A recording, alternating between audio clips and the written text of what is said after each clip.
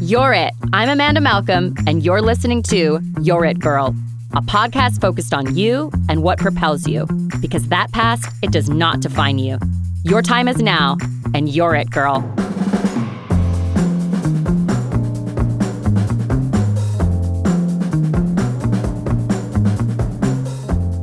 Hello, everybody. I'm Amanda Malcolm, and welcome back to You're It Girl. Today's guest is fabulous Olenka Cullinan. She's going to tell you about herself. She's an amazing entrepreneur, amazing woman, amazing mother, and fabulous friend. So, Olenka, tell us about you. Oh, thanks for having me. I'm so excited. My name is Olenka Cullinan, and I am CEO of a company called I Start First, empowering women to stand in their power, scale their business, and gain their time back, because we would never want women to have a business but have no time, because that's where freedom lies.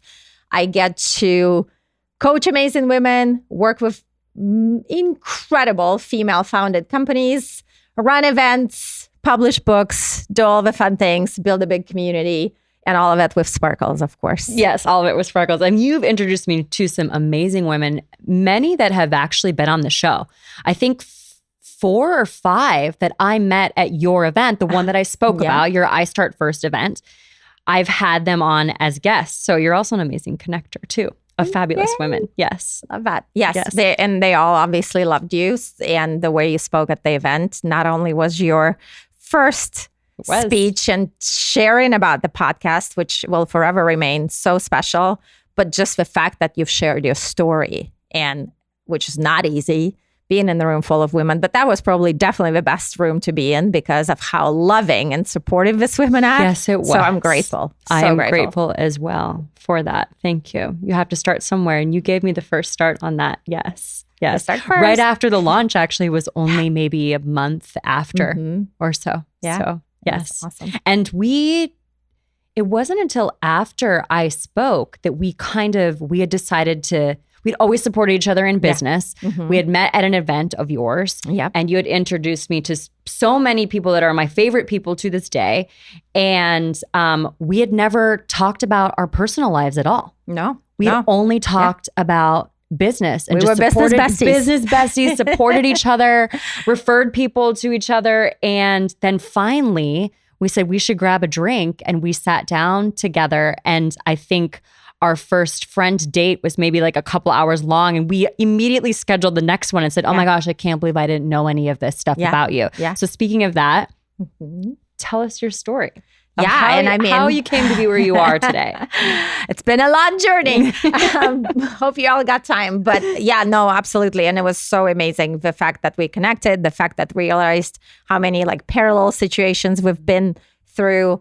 Obviously, you can tell from my accent, I'm not from Texas. I was born and raised in Eastern Europe. My mom, is 100% Russian. My dad is Polish, Ukrainian. I lived in Kiev, and then we lived in Russia. And then I moved to the US when I was 16. But, it was absolutely a super interesting upbringing with my mom being the CEO of a company, die-hard entrepreneur, ran it for 37 years, always out on the limb, always doing something. And then my dad being government official. So talk about living in a dichotomy of completely different cultures, right? Him being super by the book, very strict. I was the princess. I was supposed to crochet and, ice skate and play piano and do all the things that good girls do. And then my mom saying, go build, go conquer the world, go do all. It's a lot of pressure. It is. So growing up was definitely an interesting experience. And while I'm very, very grateful to my mother for, giving me the qualities and so many skills, and completely desensitizing my fear actually for anything new, because she had me working with her since I was 14, and she would put me in the rooms to negotiate multi-million-dollar contracts. She's really the reason I speak fluent English. But it also gave me a lot of pressure, like you said, right? I didn't really connect to her till I was 14, because most of the time when I was younger, she was gone and she was traveling somewhere and doing something. And my dad was sort of home, and he was sort of learning how to braid hair and, be whatever version of emotionally available, pretend we could. But then I also grew up with grandparents, and we actually lived with them till I was 7. So I lived in a very big family. So all of that, right? And then you move here. It's a completely different culture. Why did you guys move here? So the reason being, I actually wanted to go to school, and I got accepted. So the university I went to in Russia allowed me to apply for foreign exchange programs because I spoke fluent English. And I initially started coming for summer as a camp counselor. And then I met a college professor who said, your English is great. You're studying American Lit. It kind of makes sense for you to do a move and just come here to study. And but I was only 16. I was a very young college entrant. I skipped a grade in kindergarten. And so by the time I moved, I barely just turned 18. And my mom was obviously very devastated and heartbroken. And she insisted that I would finish my school there before I would move here. And then I kind of got my second bachelor's degree in Iowa, out of all places. This was not a choice, just so we are clear. I love Iowa. It's like my second home state at this point. But it was basically a lottery ticket where the camps got to bid on us. Oh, and as a camp counselor, you would be placed in all these different areas. And so that's how I moved to Iowa and met my daughter's dad. And then my mom always joked that I would never work for anyone. She knew. She knew. Listen to your mother, children. But she always made this joke. And I actually did. I had one job when I graduated college in Iowa. I worked for an insurance company. Total shout out to how'd that go? Total shout out to Cigna, because I started on Monday and quit on Friday. It didn't go well. Did not go well. My mom had a good laugh and she said, I told you so. And then when I moved to Arizona with my ex-husband, at the time was my husband, I actually was kind of like looking for myself, and I went into teaching because I wanted the most freedom, but still didn't really know what to do with myself. Plus, I was so burned out from being an entrepreneur with my mom. To tell you how burned out we were, my brother went to the army and I became a teacher. I mean, talk about going completely out on a limb, because we were so sort of shoved down, you build your own business, you run this, you do this. And then fast forward, kind of because of my ex-husband still fell into consulting because he was doing dentistry, and I kind of came in helping, and then became the trophy wife being passed around to different dental consultant opportunities. And then all along started my first business because I was teaching and I realized how few kids have the skill sets that I had being an entrepreneur. And then build out that first company, sold it to Discovery Education sort of by accident, which is a story of itself. And then realized that all along I wanted to see more women, because when we were running my business, it was called Rising Tycoons. A lot of you have heard about it, know it. And we took 14 to 17-year-olds and taught them how to take ideas, make them marketable, and turn them, basically pitch them in front of real CEOs for cash. And all in that process, I realized that we didn't have enough girls. My first year, we didn't have any girls in the program. And then I became an ASU venture mentor, where same thing, out of 180 some students, 130 of them were male. And I thought, wow, that's kind of an epidemic, because now I had the 14-year-olds, now I have the 20-year-olds. And then I started speaking at women's conferences. And honestly, I Start First, my current company, was born straight out of hashtag I Start First, because my message to women was, hey, I just want you to start, whatever it is. It's a change in your world, in your lifestyle, in your community. Just start. And again, I would speak at conferences, and first 2 rows were trophy women, and the rest of it were males. And so in 2018, I made a vow that I'm going to work with female founders in companies that are on that female growth trajectory, because I just realized that 1, women do business completely differently. And 2 is that I don't care that it's 2024 and we all on this movement, we still don't have enough females in leadership. We don't have enough females who are really killing it in their business. We don't have enough females who make the money and the lifestyle they want to have. And, as I said, I start first. What are the commonalities between when you're working with women that are leaders in business or trying to take their business from, one space to the next? What are the commonalities you see in their personality characteristics? For women specifically, one, we're all nurturing and loving and kind, but that also is a big detriment, because a lot of times in business and in personal life, frankly, we put ourselves last.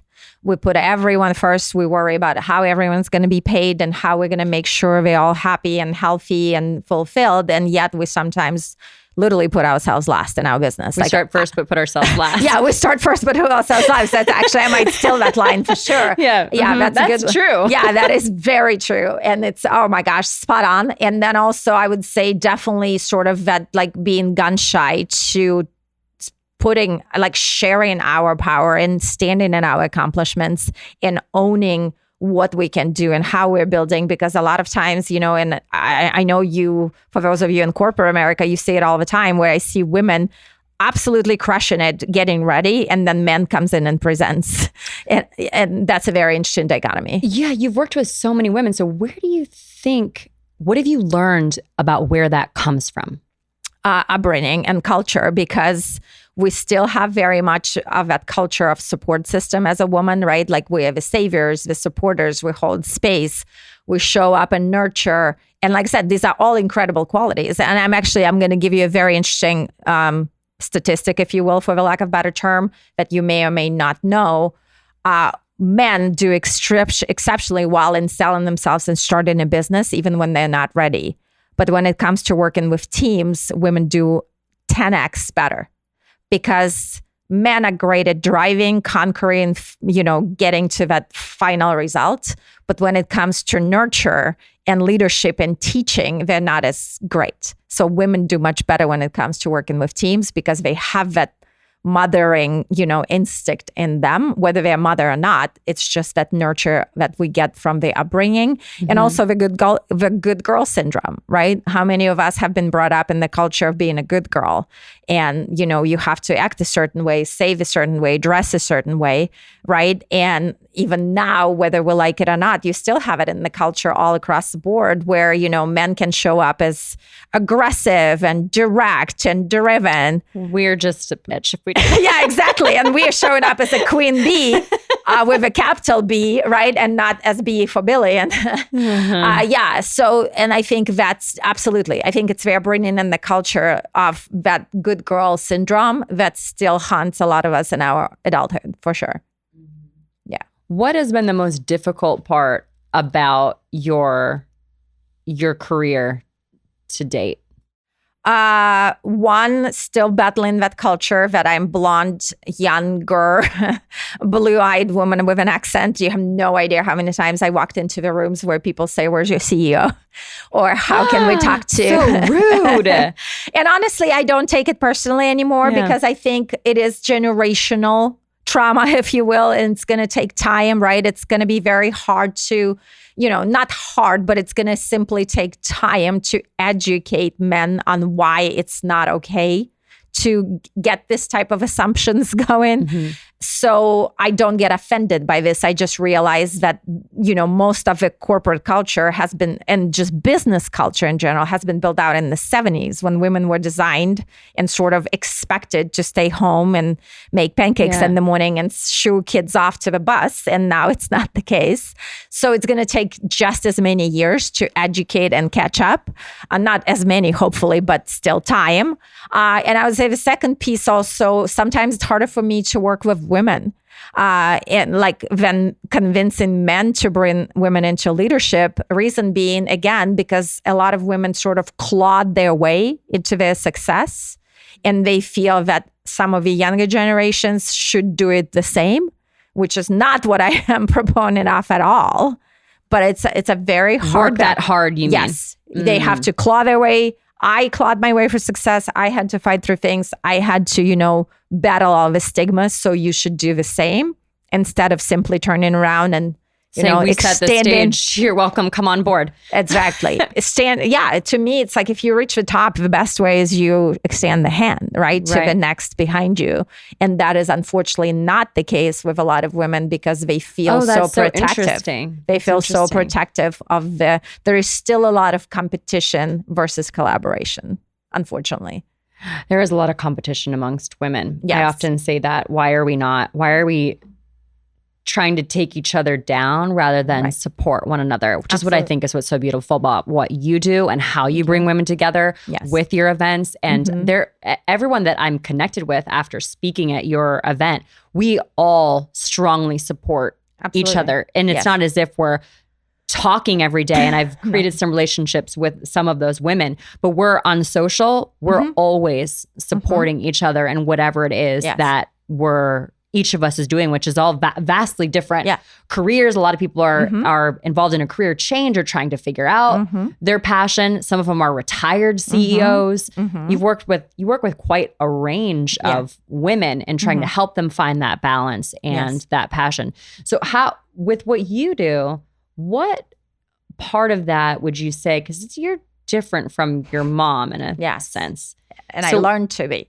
That was my question. Where did what characteristics are from your mom that you looked at as, okay, these are characteristics that I want to have that are going to be positive for business and what I'm doing? And what are the things that you had to refine or change? Lots.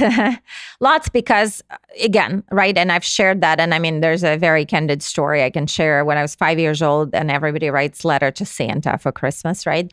I vividly remember writing a letter to Santa where number one on my list was my mom. I wanted my mom delivered for Christmas. And that should tell you how little time we got to spend together. And that's some years of therapy that allow me to tell the story without crying, because obviously there is a lot of understanding and compassion to what she was trying to build and create, being one of the first females in a very male-dominated manufacturing world. But it also didn't give me any validation, right? As a 5-year-old girl, it didn't give me any validation. And so I remember that when my daughter was born, and my brother and I talk about it, so I can talk about it publicly, he flew in and he said, and I told him I was going to start my own business. And he said, please, whatever you do it differently than mom. And what he meant by that is we have a lot of incredible skills that we learned from her, right? Like I said, the fact that she completely disintegrated our fear and just made it it's just not right now, right? We don't take no for an answer. We don't see it as anything. She's the one who basically ingrained in me that, you never have failures, you only have lessons, right? And it's just another lesson to be uncomfortable with discomfort as part of just growing your business. So it is okay to be uncomfortable. It is okay to accept that failure is it's just lesson that you're learning. So she gave me extraordinary skills on that hand, Those are right? Great skills. Yes. But then she also, like I said, she never had balance in her time. That's why I'm so adamant. In anybody I teach, I say, your business only matters if you have time and balance together, because that equals freedom. And so I'm adamant about walking the talk, being a mom, having multiple businesses, but also having time with my daughter and putting her at the top of my priority, because that's something I never got to have. So from day one, I said, I will build majority of my business around her schedule as much as I can. It's also understanding that you don't have to be in your masculine 95% of the time to actually create a successful business. And we live in a culture that promotes hustle and grind. It promotes waking up 5 a.m. club or whatever clubs are those, I am not a morning person. I have zero desire it's to wake. It's dark outside. We need sleep. Don't you know those recent studies on women? They've always done those sleep studies on men. Yes. And we actually need 8 to 9 hours of sleep. Right. And every study is done on a male. And it's not because we are lazy. It's because our brain is wired completely differently. And I can tell you, as someone have done endless, I would say every course on brain development and psychology out there on the market, I've probably done 80% of them. I'm like a total brain psychology junkie. I can tell you that our brains are wired completely differently. Females actually have double the neurons going from right to left side. And that's not because we're genius. It's because we just wired differently. We also react differently with fear. We also react differently when we're excited. So having learned all these things, essentially, I have realized that I can be girly, pink, sparkly girl in business, and I can walk into corporate rooms full of men in black and brown suits and still dominate them, not because my goal is to dominate them, but my goal is to establish presence and to have respect that goes back and forth. And all this is possible while you're still building in your feminine, because there is presence of both that you need to have in your life and your business, because having all the feminine qualities and, drinking coffee at 9 a.m. with cozy blanket and cute Instagrammable moments is great. But that unfortunately is not going to bring you clients. No. So sometimes you do have to step into your masculine and have authority and establish presence and have, a particular way of bringing yourself into rooms. But then you also can be girly and honest and real, right? So like for me, this is probably one of my biggest learning moments and change from my mom, because I would say my mom was 99.7% in her masculine. Yeah. I didn't realize that's where the balance piece came from, what you the passion in what you do. So you talk about that quite a bit. Yes. We've talked about it together, but it's always a topic of conversation when you have your events, and you talk about that a lot when you go and speak to these companies, is the balance piece of it. And I didn't realize that's where it came from. Yeah, it's very dear to my heart, and it's very, very personal. Yes. And I am, I tell a lot of CEOs, and whether it's female founders or male CEOs in the large companies I work with, I am your child. So when you don't know their favorite color, or what are 5 things that make them stressed, that's on you. That is on you. Do you say that to them? Absolutely. And I've made a lot of grown men cry. That will really hit you. Yes. Yes. Because the reality is, if you have not built a business that allows you for that type of balance and presence, where you build your business for the very reason who those people are. Because most of the time when I ask female founders or, CEOs, why, family almost comes up, always, whether they have cats, dogs. First. Yes. But that's the thing, right? Like if you say that they are the reason you're doing, and that famous phrase that everybody loves, I would die for my kids. My question is always, would you live for them? Dying is easy. Dying is fast most of the time. But living for them, where they get to experience you, they get to spend time with you. You don't miss their biggest moments. You don't miss their smallest moments. That's where things change. So how do you do that yourself? I am ruthless about my schedule. Ruthless. First of all, to get access to me on my schedule, there's a whole procedure. There are different levels of access that people get to my schedule. I do completely different time approach. Just to share that quickly, I don't treat hours an hour. I treat it as a unit of 4 15-minute blocks. And I take the last 15 for fun. So the last 15 minutes of every hour is your little, you can dance, you can look at puppies. In my case, you can go outside, you can enjoy yourself. But I'm a big believer that if you can do something in an hour, you can do it in 45 minutes. And that free us a ton of time during the day. So if emergencies happen, that allows you to have that little 15 extra minutes. And also, so my schedule, I live and die by it. My assistant has, access to that. Everything I do is like optimal productivity. And that's one of the topics I teach all my clients, is how do we create optimal productivity? Because right now I'm running 2 businesses. I'm a part owner in the third one. I am a single mom, and I still spend majority of time. Like yesterday, I took a whole day because my daughter is on fall break, and we drove to Prescott for a day and we ate ice cream and played. And I can afford to do these things because she is all, I call them rocks. So there are rocks in my schedule that go there first. And this is where most business people, and women in particularly, I believe, fail, because we don't start first on the rocks. We put everything else in our schedule, and the rocks get plugged in or plugged out pretty quickly. It took me a really long time to learn that. A really long time to learn that. And it's so hard, Amanda. It's so hard. You know who taught me that? Was actually some of my clients. I believe that. That would say to me, Amanda, you don't need to call me right now. Yep. Actually. You don't need to call me from your daughter's performance. Please go watch your daughter's performance. Yeah. But the way that I was taught was so opposite of that. Absolutely. That it was like, you always have to juggle and always move these things around. And then like, that's how you balance. But that is actually not how you balance at all. Everything is completely out of balance. Absolutely. So now it's interesting. Once you set the boundary and you put the boulder there and the boulder doesn't move. Yeah. And not all the time does this work. Course. But I have this is new for me in the last couple of years. You put that boulder in place, and it's like everything else now is around that firm thing. Absolutely. And I'll even say, no, I can't.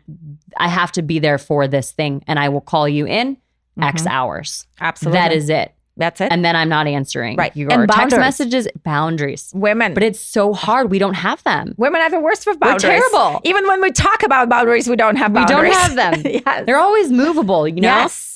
And we're and our worst boundaries are about ourselves, which is the saddest, right? Like we remove ourselves from the calendar. We are our own worst bosses.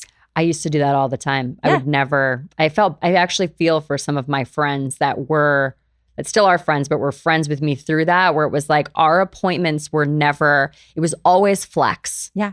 Yeah. That appointment was flex. They're my friend. So if a work thing comes up and I have to change it, it was like, that's just how it is. Yeah. I don't do that anymore for the most part. Sometimes there's something I cannot.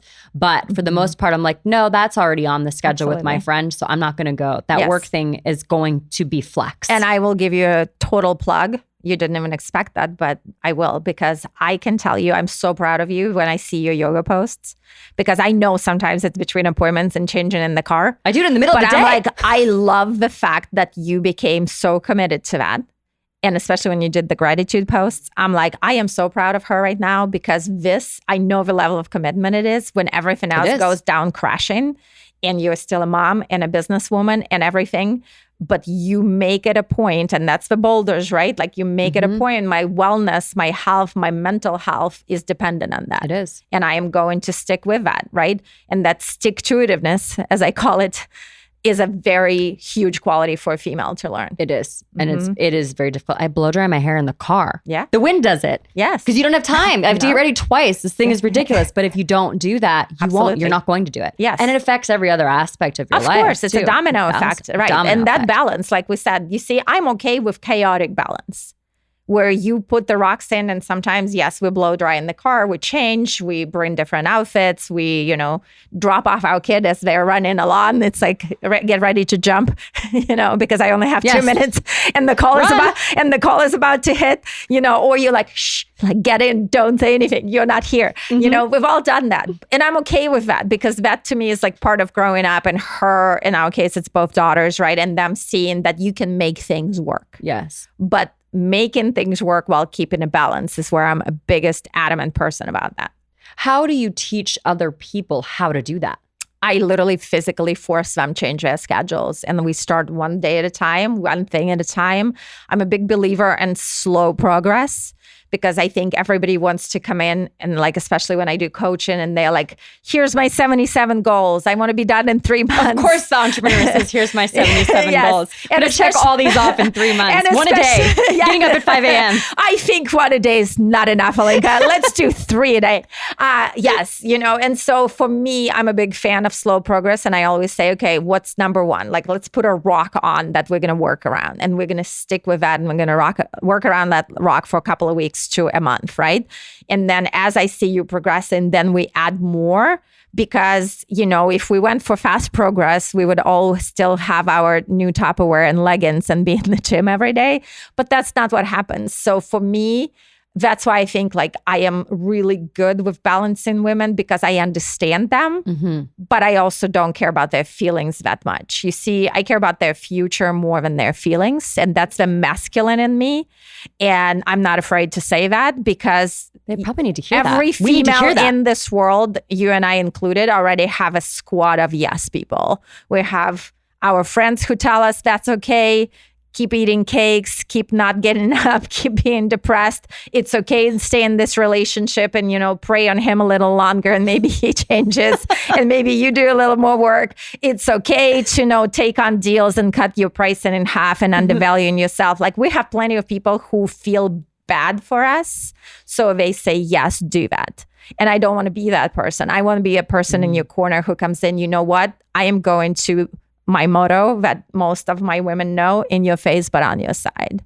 I'm going to be in your face, but on your side. I am going to get in your face, and I'm going to rattle things up, and I'm going to tell you things that are not working, because I see your highest self. I tell people all the time, it's okay for you to come into my coaching and operate on my borrowed belief, because you don't have your own yet. But it's not okay to come in my coaching and wait for me to be a yes person who is afraid to tell you what's not working, because I'm not going to feed into your lower self by any means. Wow. I love that. This is actually one of the things I really love about you as a friend too. I feel like I get far more out of the friendship by getting these nuggets. No, I think it's very, I disagree. I think there's a lot of depth of what you share. And I mean, I absolutely think it especially is prominent with your friends because I know publicity is new for you, like sharing the depth of your story publicly is still fairly new. But I think your closest people benefit the most because you are not afraid with them. You know, you're so open with us and you share so many perspectives that sometimes take us like a wind and we go, wow, I didn't even see it that way. Yeah. So I'm very grateful. Thank you for saying that. I'm grateful for you as well. Thank you. Yes. Is there anything else that you wanted to say? I would say my famous line, What is if it? skills can be learnable, success can be learnable too. So whatever it is you want to do, whatever it is you're sitting on, and you see the reason I'm so adamant about, you know, leading and about being that person for you who cares about your future more than your feelings is because I don't do pretending. And I catch myself if I do. That's my biggest kind of like self check-in, like self-accountability. I believe that leaders don't pretend because we don't have time. We have very limited time. Our kids are going to grow up. We are going to get old. Never. But, you know, all of that limited time is my reminder that whatever it is we promise to ourselves, to our loved ones, to people that are in our close vicinity has to be done in an actually very short time. And internally in our gut, we always know how to do the right thing. And so if you start doing the right thing, it's never going to feel right. It's always going to feel scary. It's going to feel uncomfortable. It's going to feel like you want to throw up and quit. But by doing that right thing, you actually give yourself that freedom that you know you want and the reason you started your business or your company in the first place. And you deserve the freedom. Now I have chills right now. You guys can't see unless you're watching on YouTube, and it's not because the AC is on in here. Thank you for sharing. Thank you. Those incredible nuggets. And I really do appreciate the time that we recorded for about an hour and a half today because we did 2 different episodes. And I know that you're relentless about your schedule. And truth be told, just before we came in here, I was really worried because Olenka's always like very on time and I'm always super late. And I know she values it. And the power was out. And I'm like, oh my gosh, if the power stays out and she had to come all the way down here, I am literally going to freak out. I'm going to feel so bad. And then it came back on literally 1 second before I walked in the door late. So it was meant to be. Absolutely. So thank you. We didn't waste any time. I know that you have to get somewhere. So if anybody wants to find you, how do they find you? Super easy. istartfirst.com. My Instagram under my name. If you search me under Olenka Cullinan or I Start First is easy to remember. You'll see me as the founder and it will be me talking to you, not bots. Thank you for coming on today. Sparkle up, everybody. Sparkle That's up. her hashtag, by the way. Thanks for listening. That's Your It Girl.